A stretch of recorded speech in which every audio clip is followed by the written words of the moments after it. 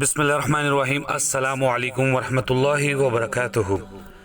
رسول اللہ صلی اللہ علیہ وسلم نے فرمایا کہ کوئی مسلمان کسی ایسے مریض کی بیمار پرسی کرے جس کی موت کا وقت نہ آ پہنچا ہو اور 7 دفعہ یہ دعا پڑھے تو اسے عافیت مل جاتی ہے۔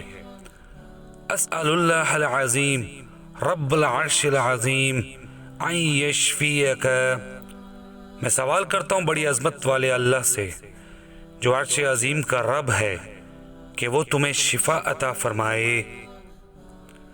اللہ تعالی ہمیں توفیق دے جب ہم اپنے مسلمان بھائی کے پاس جائیں جو کہ بیماری میں مبتلا ہو تو ہم اس پر یہ دعا ضرور پڑھیں۔ آمین یا رب العالمین۔ السلام علیکم ورحمۃ اللہ وبرکاتہ۔